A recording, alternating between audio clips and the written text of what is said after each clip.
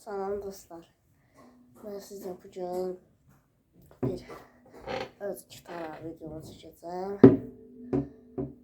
Mən gitara çalmağı sevirəm. Bir də baxın görün necə olur. Mahnılar çakı-çakıdır. Yəni qəşəng mahnıdır. Baxın görün necə mahnıdır. Axırda abunə olun.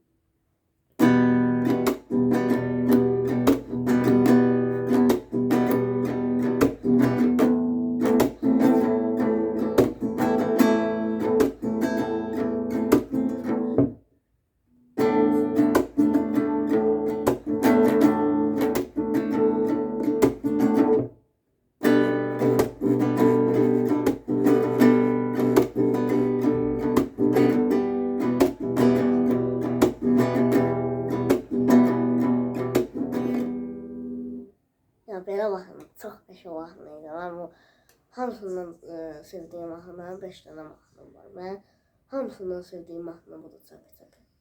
Yəni sağ olun dostlar. Abunə olmağı unutmayın. Like qoymağı. Sağ olun.